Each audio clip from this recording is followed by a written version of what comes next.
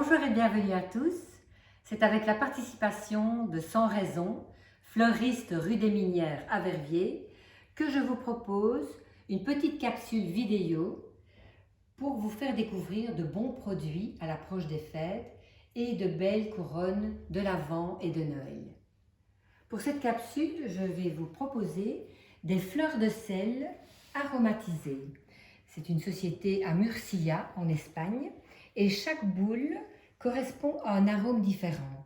Le rouge pour les poivres, le vert pour les herbes de Provence, le jaune ce sera le curry, le rose le paprika, le blanc c'est nature, la fleur de sel nature, le noir c'est pour le charbon actif.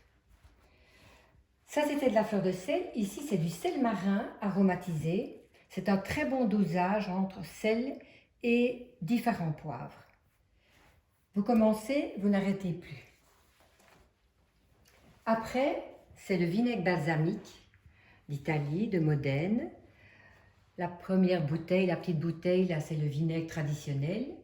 Derrière, c'est la bouteille Francesco.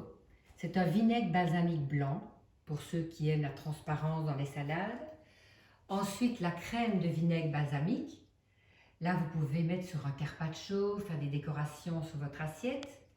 Et puis alors, le nectar 1891. C'est un vinaigre balsamique où les raisins ont été choisis méticuleusement et où il est dans des fûts de chêne aussi particuliers. Après l'Italie, c'est le vinaigre de Xérès, d'Espagne, Xérès ou Jerez, la marque Arvum, près de Cadiz. Là, vous avez le vinaigre de Jerez réserve, avec une belle couleur acajou, une belle acidité également. Et à côté, c'est le vinaigre moscatel, plus délicat, plus sucré, auquel on a ajouté du muscat, d'où sa couleur. Le rocco, c'est en fait un pesto maison. J'ai changé le basilic et j'ai mis de la roquette, et c'est pour ça que je l'ai baptisé rocco. Des tapenades, olives et poivrons, olives vertes, olives et aubergines, et olives noires. Et ça, c'est très très bon sur des petits toasts à l'apéritif, sur des pommes de terre grenaille. Vous faites un plateau avec plusieurs pommes de terre, avec les couleurs différentes, même dans des pâtes. Le poivre de Kampot qui vient du Cambodge, c'est une société, la société Saint-Dora, qui s'est investie dans le commerce équitable. Il y a le poivre noir, c'est le plus utilisé, au piquant moyen. Le poivre blanc, qui est plus doux que le noir et qui a un goût fin. Et le rouge, qui est moins puissant et piquant que le noir.